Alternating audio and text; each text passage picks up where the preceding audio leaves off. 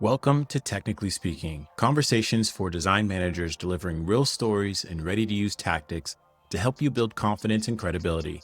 I sit down with top voices in design, tech, and business to open the black box of leadership. I'm your host, Harrison Wheeler.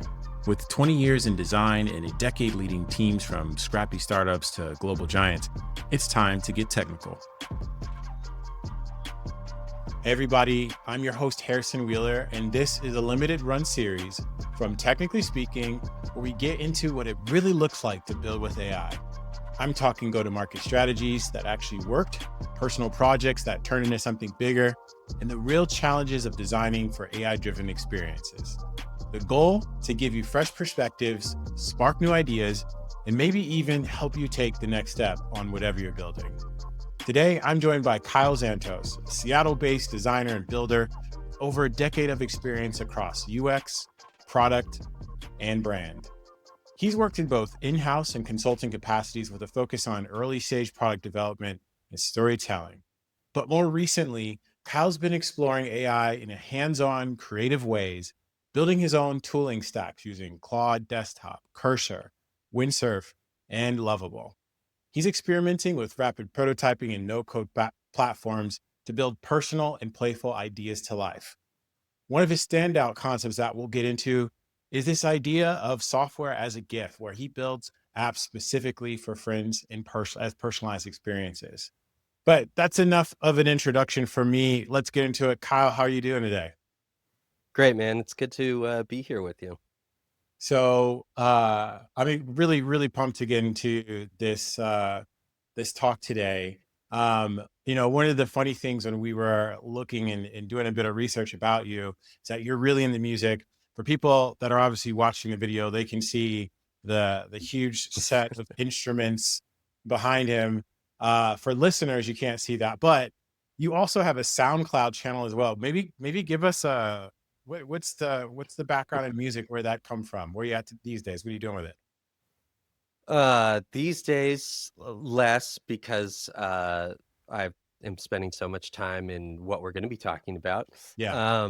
But my former life, all through my teens and my 20s and everything, I played music. That was my sole focus. Work day jobs, of course, to make ends meet, because Yeah. making money in music is becoming damn near impossible outside of the 2%. But yeah, I spent all my time playing music. I played locally. Eventually, when I moved to Seattle, I started getting some opportunities to tour nationally, internationally. And then, I transitioned into design. Probably, right around 10 years, maybe slightly less than that. But it's just really strong in my background. Toured, played locally. I taught instrument lessons to kids and adults in Okay. between tours. Yeah.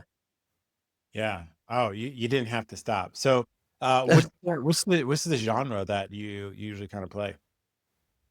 Yeah. Huh? Ever evolving. I have a real hunger for newness. So, Sure. when I was real young, it was kind of, nerdy indie rock, kind of Weezery kind of stuff like that. Progressing on from there, I got more into like the Americana kind of folk stuff.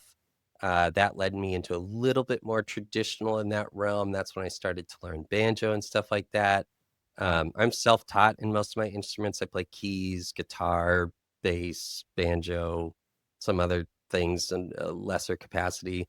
And then I don't know, maybe 5 years ago, I wanted to make hip hop beats, but more so from the standpoint. I think this is funny to me, by the way. I think you were like possibly the only interaction with a post I made on LinkedIn. Where I said has anybody ever had the thought, damn, it would be cool to hear Jay-Z rapping over the Beach Boys, specifically their album Pet Sounds. And I was like, I had that thought. And so I decided to learn sampling and beat making so that I could make that a reality, which I Wow. did. It's just never, I can't post it to SoundCloud and stuff like that because of the copyright laws, because I have, Jay-Z's isolated vocal tracks on my Right. samples I chopped.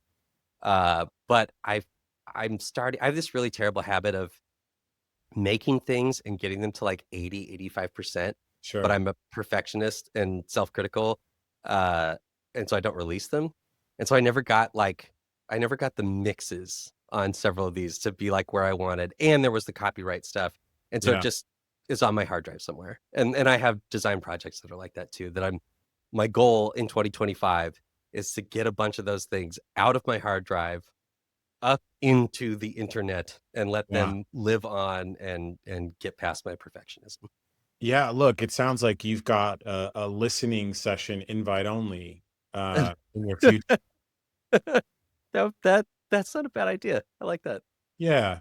So kind of maybe segueing a little bit into um this project, side project work. Obviously everybody these days they're talking about this thing called vibe coding. Um and uh my terrible definition or assumption of what vibe coding is basically we've got all of these tools that are now making it a lot easier for folks with no code experience to essentially prompt, maybe do a few sort of changes, and they Hmm. can ship something.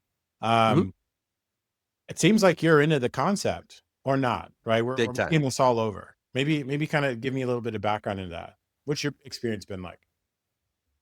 I mean, it's awesome. I love it. The vibe coding term I really struggle with. I don't love using it, but it's become so colloquial. Like people instantly know what you mean if you're kind of in our bubble. Yeah, yeah. Term itself is not my favorite, but the practice of it is my favorite.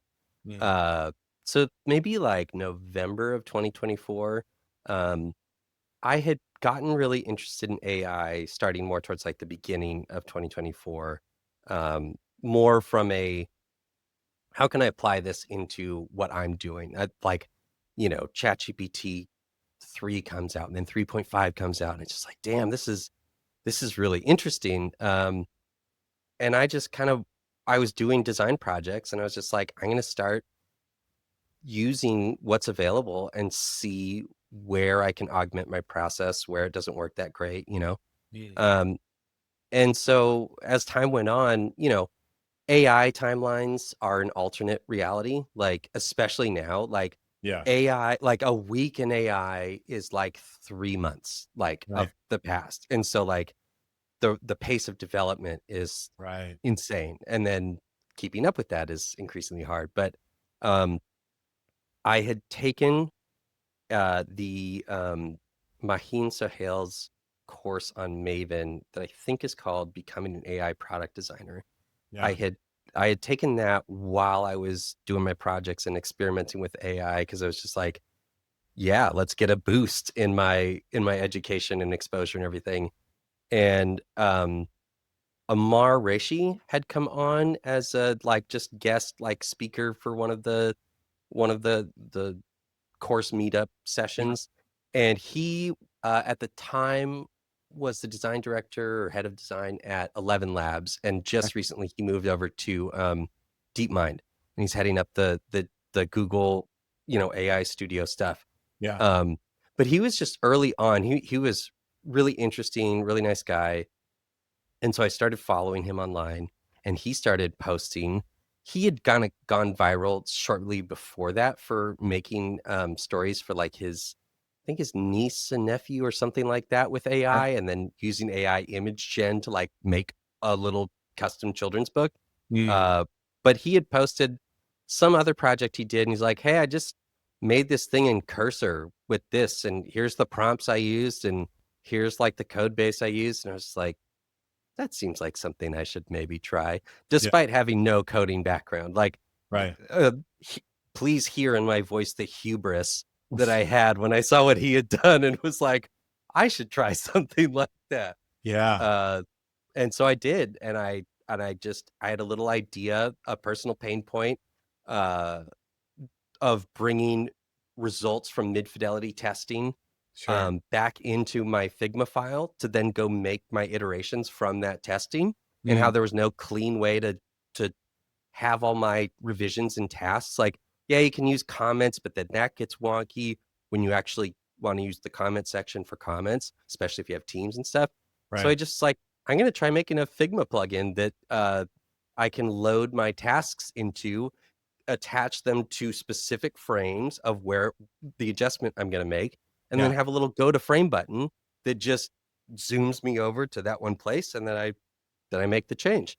Uh, so I did it So what? So amazingly.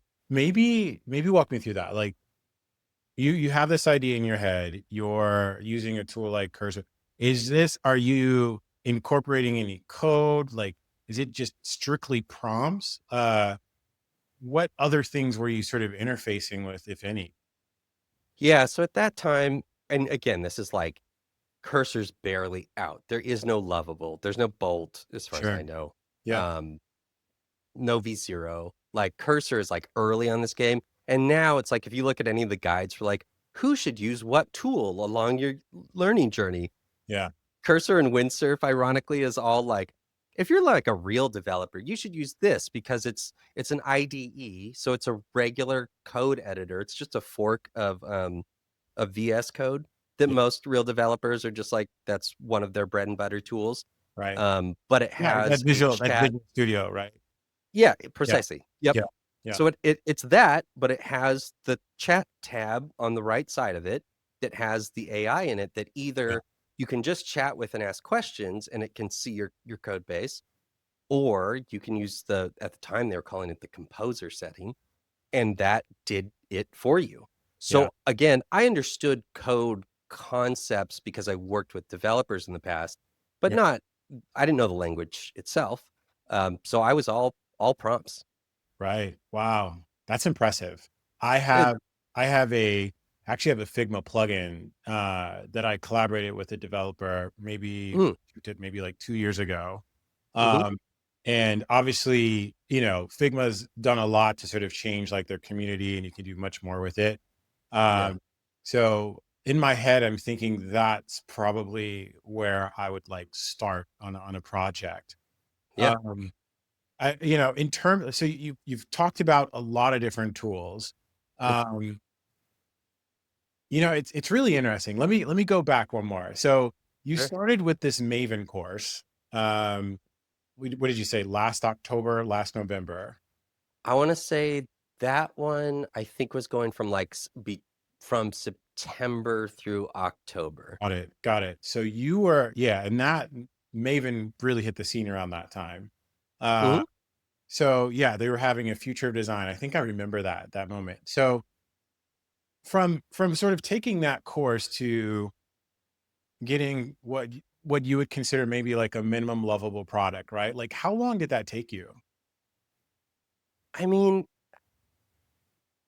it's hard to say because Yeah. I was using AI before I took that course. Okay. And that course actually was more about like not exactly how to use AI. Like it wasn't instructional so much on that. It Yeah. was how to leverage it as a or to more so to design products with AI in them. That was actually more of the focus. Got it. But it's still she exposed you to plenty of like, look at these experiments, go check out these tools, I see. that kind of thing. So the timeline I would say was probably more accurately like I started experimenting probably April, May of 2024 or Wow. so. Okay. Quickly started, I discovered the custom GPTs that you could make through Chat GPT, Yeah. which is still like a feature that a lot of people don't know about. My GPT, it's just Okay. like, it's still a no code ability to create a custom GPT, but Yeah. um, you could upload documents to the project knowledge and give it custom instructions and stuff. So I just started with that. I was like, oh, wait, I know exactly how I'm going to start leveraging this. I'm going to create a custom GPT for every new design project I'm doing that is fully attuned to that specific project. And as I went and made documents and did the normal design process, I just keep uploading them to the knowledge base so that Mm, it like stayed with me as like a design assistant I essentially. see. I see. Um, So a long way around of saying like the journey probably started, yeah, spring of 2024.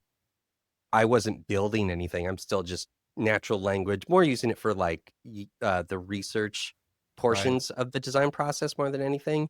Right. But I didn't do anything with code until I saw Amar with that thing he did with cursor. It's just like, let's give it a shot. Yeah. Yeah. Um, Interesting.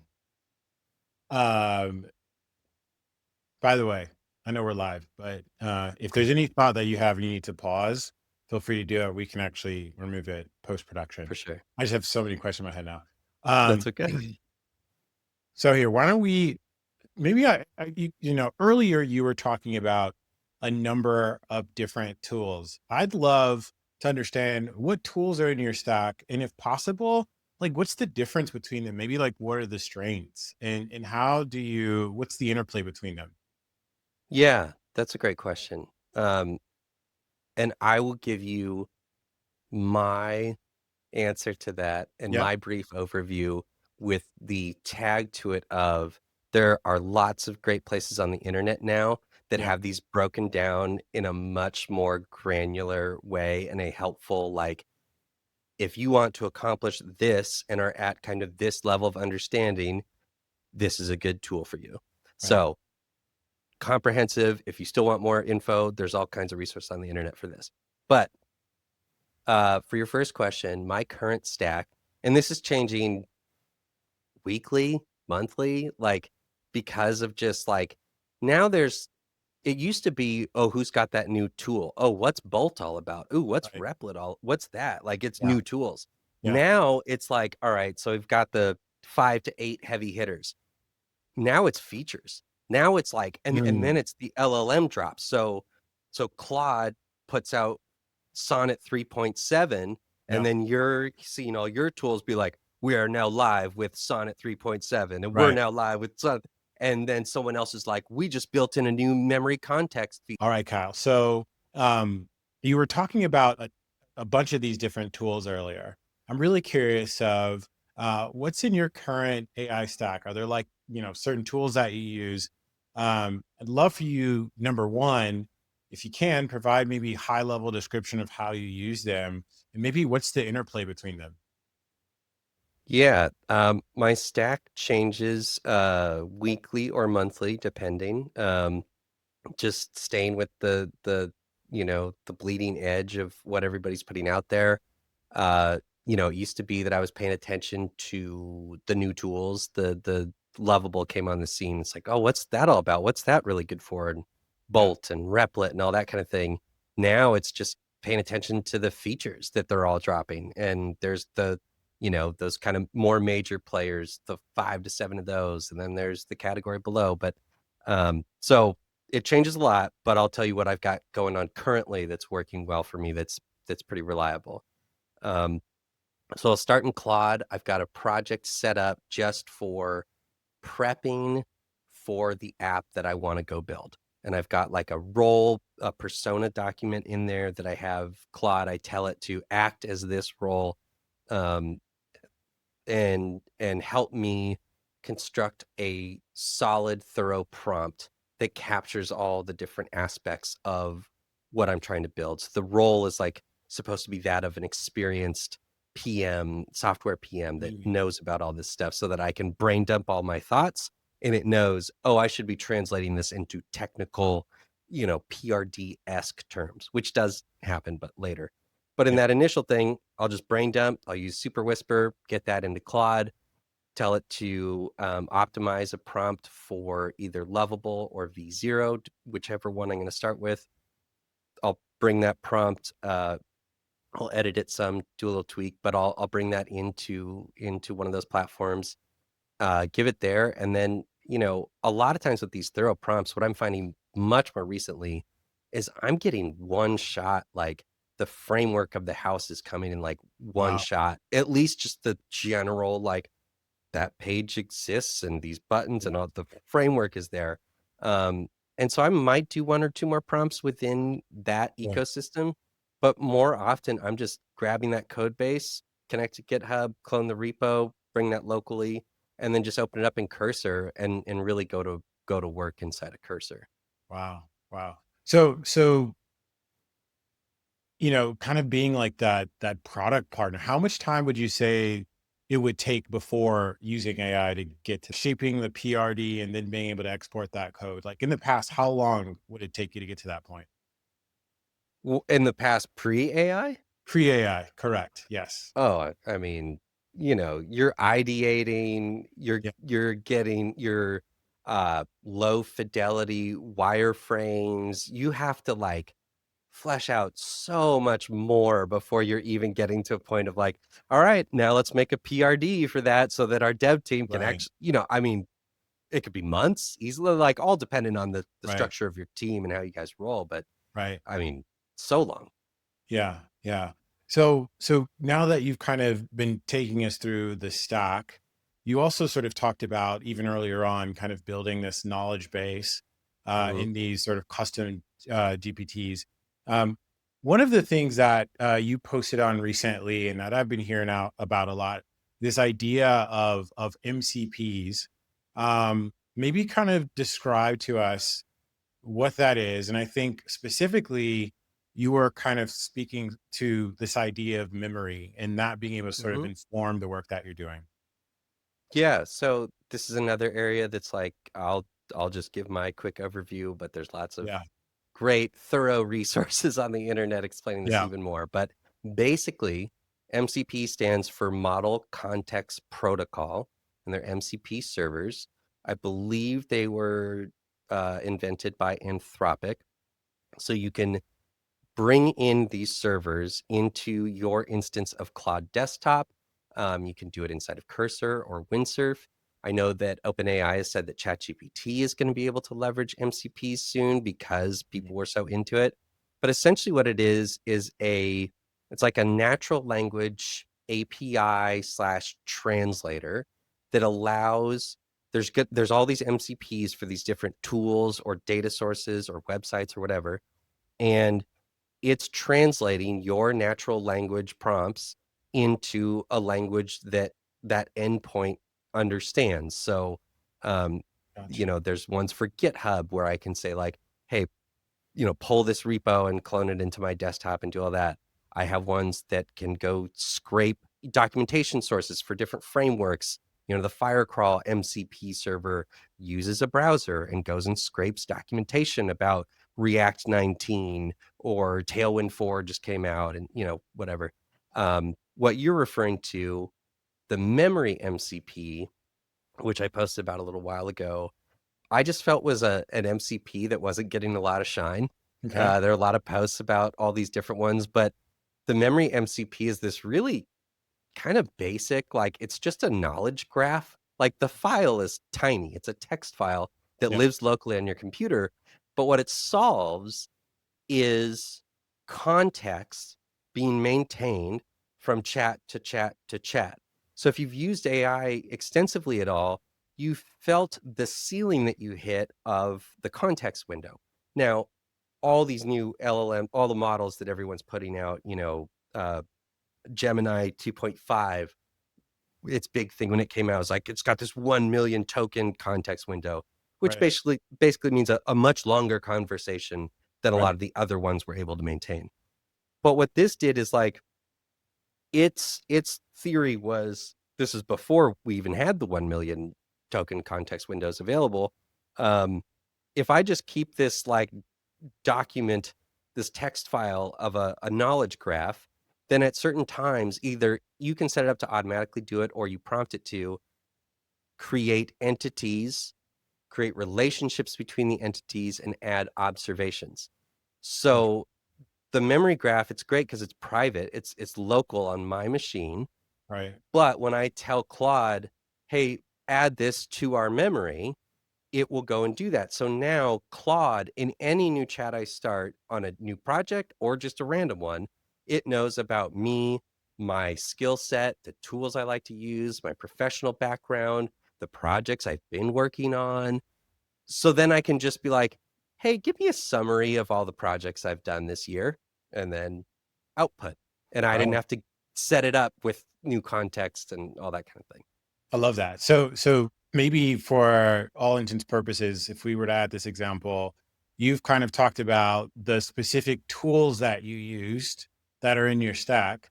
So Mhm. essentially, you could inform the memory for when you're starting to maybe look to build with code. It's giving you code that works in these different systems that you use, right? Yeah, or optimize prompts for, "Hey, I'm using Bolt lately now," and Mm, it can search the internet if I let's say in this setup, like I said, I've been using V0 right. or Lovable as my step 1 or my first place I'm prompting a lot of times. Yeah. But if I say, "I'm starting to use Bolt instead," go search the internet, look at the scrape the documentation about Bolt, about anything you can find about the way its LLM or its framework is set up and how it interacts with the LLMs. And then each new time that I ask you, make me a prompt out of this brain dump that I've just given you, optimize it specifically Mm, for what best works with Level or with Bolt in this example. wow. Very powerful. Thank Hmm. you for taking us through that. So I know when people see all these acronyms, it can be pretty Yeah. daunting. Um, so I want to maybe shift a little bit.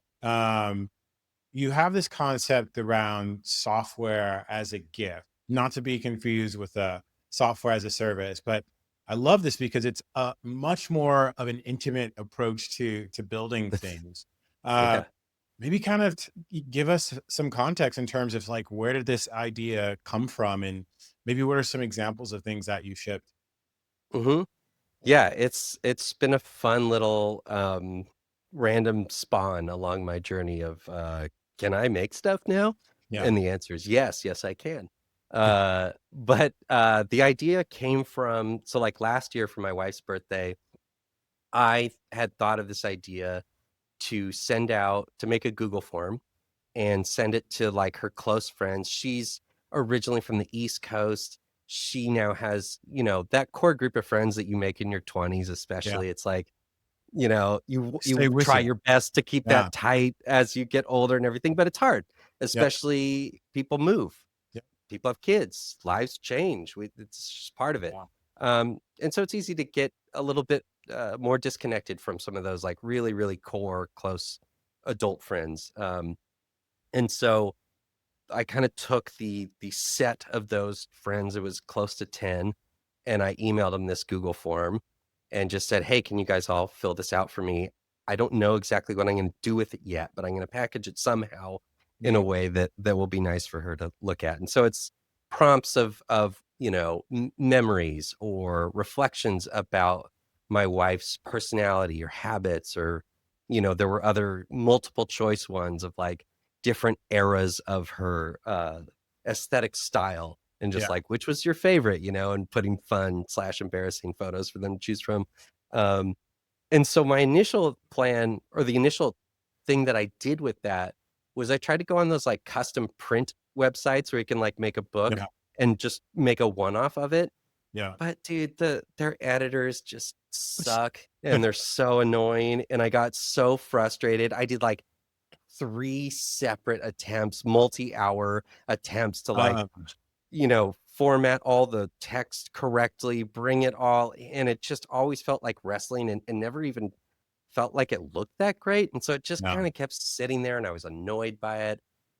And then I had started doing these little building experiments and started to find like, okay, I can do a little bit of this. And then I was starting to use Lovable a little bit more. And I was like, man, for simple stuff, yeah, Lovable can get there pretty quickly. Okay, why don't uh, I try this out? And so I exported the Google form to a CSV, yeah, brought it into Lovable, told it the concept of like, hey, I want to make a huh, random generator of she just presses the one button that's just generate, and yeah, it pulls one of these random questions and one of the answers from one of her friends into the interface, and so at any time wow, from her phone, it just lives on the home screen of her phone, she just launches that and just can see one of, like, it was around 100, yeah, like, responses, and so she calls it her, wow. customized, affirmations app.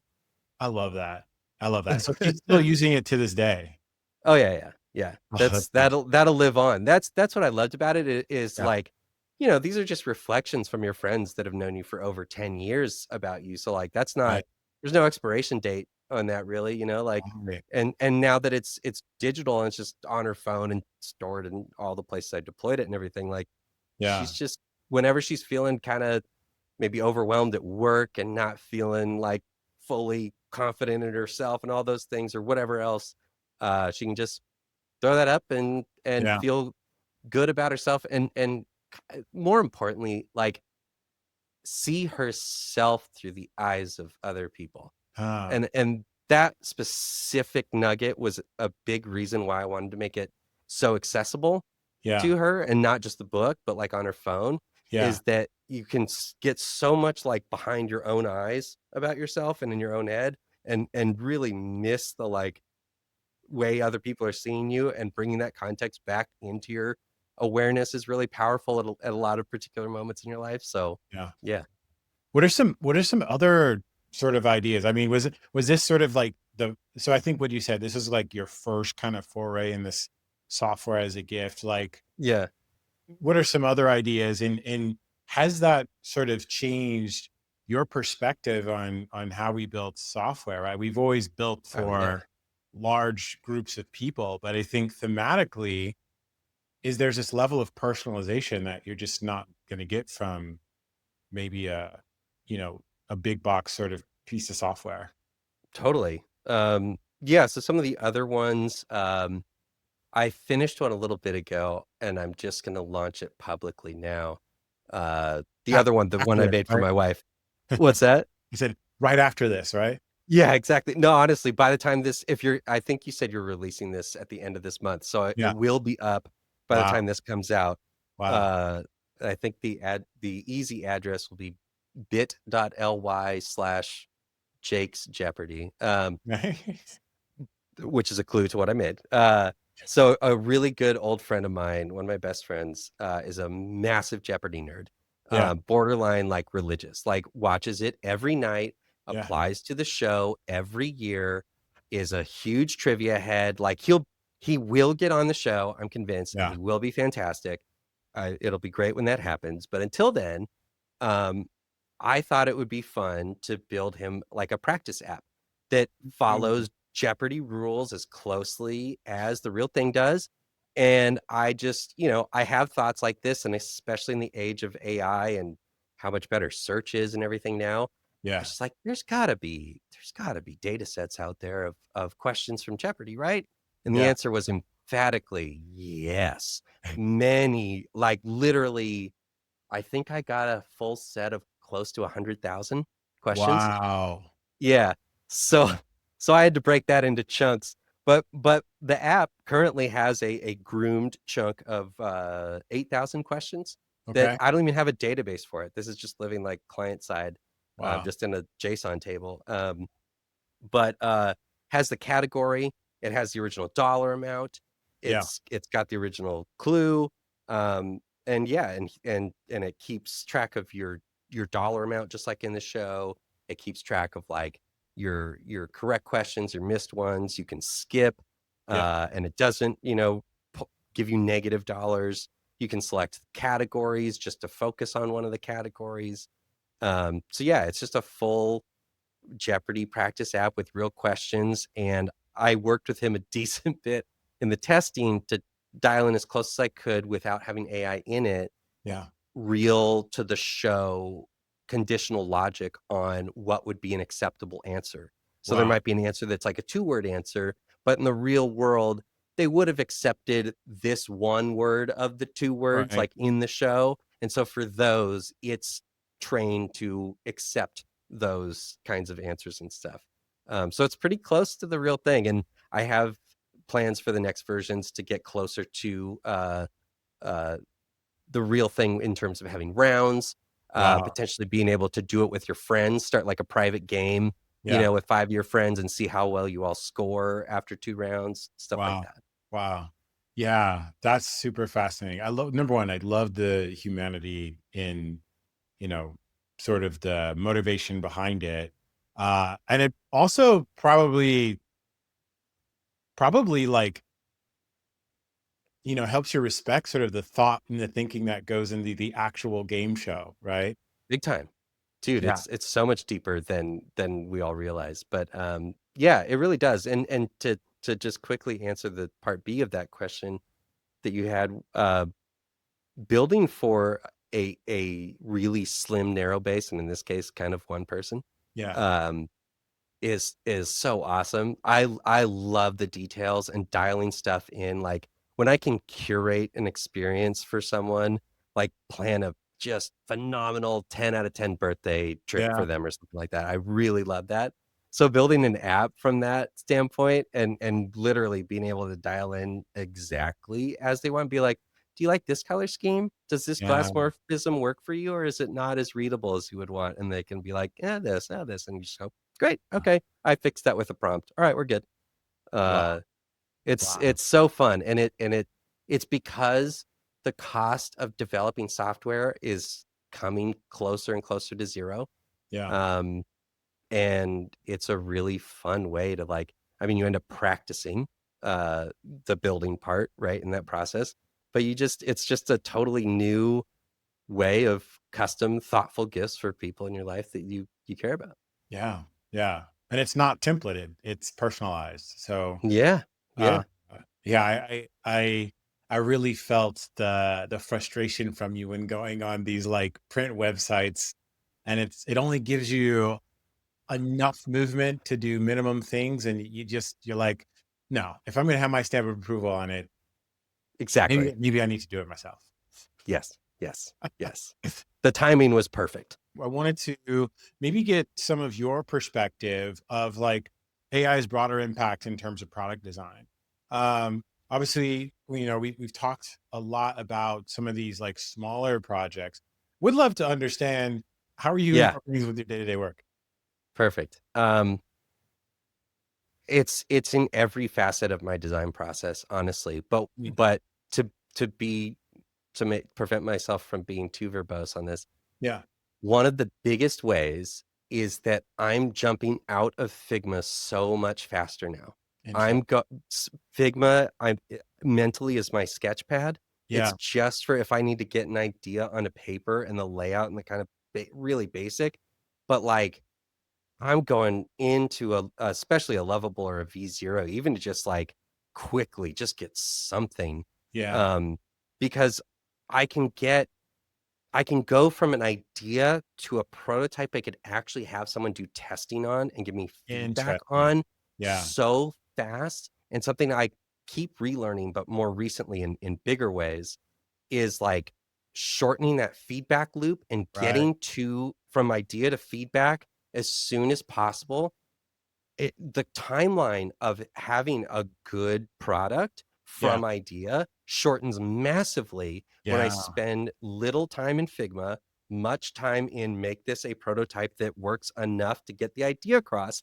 And I discover needing to answer way more important questions way faster because I'm in the place that the real thing will be. I'm yeah, already seeing hover states and how the flex boxes actually interact with this kind of alignment and layout that I could be playing with the magic wand in Figma and not knowing it. So right. that's a really big way that it affects my day to day. Right. Yeah, it's almost like a de-emphasis of on crafting things for Figma. I always see these diagrams of the product development life cycle, right? How it has to basically go from this, and then you move to this stage, and then to that stage. Um, it almost like now we're reducing that. And Totally. I'm glad you were able to kind of speak to what the result of it is versus just using the tools to use the tools. Um, where do you think design org should be moving to help support this? Well, there's a few ways. Like Jakob Nielsen called this out, I think early in 2024, if I remember, but he was just calling out like, look, design orgs, UX orgs are going to be pancaking. It's just they're going to get a lot smaller. A lot more people are going to be doing multiple roles Yeah, because AI is bridging massive knowledge and skill gaps already. And again, only in month by month, that becomes more and more true.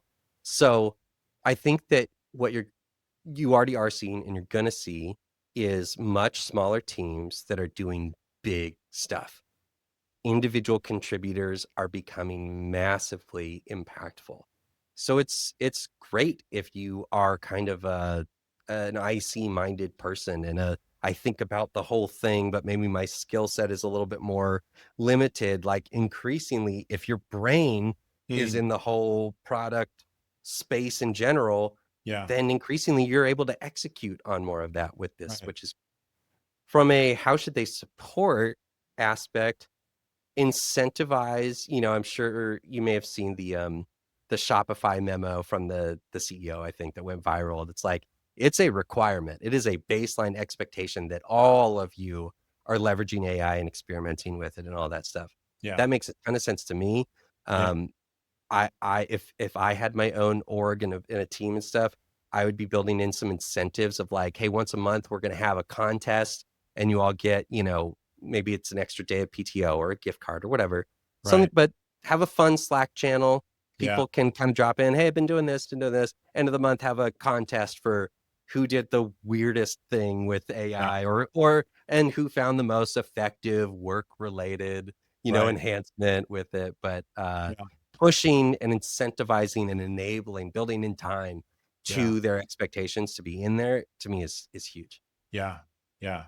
100%. So, one final question I'm grilling you with. We talked about a lot today. For someone listening that wants to get started and they feel overwhelmed, like what's a great place to start? Yeah, man. That's such a common question. One of the best tips I can give is go use one of those search enabled AIs. Have something you want to make. Maybe it's image, maybe it's an app, maybe it's whatever. Go to one of the search enabled AIs, tell it what you want to make, tell it to search the internet and advise you on the best major vetted tool for that purpose. And Mm, that could be a way to start. The other answer I have is, I know there's some others out there, but I keep running into this where I'm having this conversation with people where they know I'm tuned in and they ask me the same thing. And increasingly, I'm having like individual calls with colleagues that haven't gotten started yeah. where I'm answering that in long form in like an hour session. I'm thinking about starting a channel somewhere to start making videos for that. I'm at ground zero. I'm a designer. Where do I even start? What tools should I use? And, maybe doing a 10-parter, like in your research process, Right. use this, experiment with this. If you're in your UI phase, these tools, that kind of thing. So if that's something that people are interested in, reach out to me, DM me, whatever, and just give me a +1 for yes, would very much like to see that, because it's a really hard question to answer because Yeah. it's nuanced. The simplest answer, Sure. just go do something. Yeah. That's the place to start. Well, thank you. That's super practical advice. And speaking of, where can people connect with you? Yeah, on Twitter, Kyle Zantos, LinkedIn, same thing. I'm fortunate that my last name is bastardized Greek, so there aren't any other Kyle Zantoses in the world, which has been really great in the age of the internet. It's easy to get my domains and my email addresses. Nice. But yeah, Twitter, LinkedIn, my website is just my name. You can email me from there, DM me on any of those things. It's easy to get a hold of me, and I welcome the contact. Awesome. Well, Kyle, thank you so much for coming on and sharing your knowledge, your wisdom, inspiration. Uh, and I know folks listening are excited to get building with things. That's it for For today's sure. episode. And can't wait to see this Jeopardy game drop. It And will be out when this episode drops. So thanks a lot for awesome. having me on, Harrison. This has been great. Yeah, you'll have to send me the link. We'll put it in all of the I show will. notes so people can check it out. For sure. For sure. Thank you, sir. Thanks for tuning in to Technically Speaking. If you liked today's episode, be sure to hit subscribe on Substack, YouTube, and you can give me a follow on LinkedIn. Links are in the show notes. See you next time.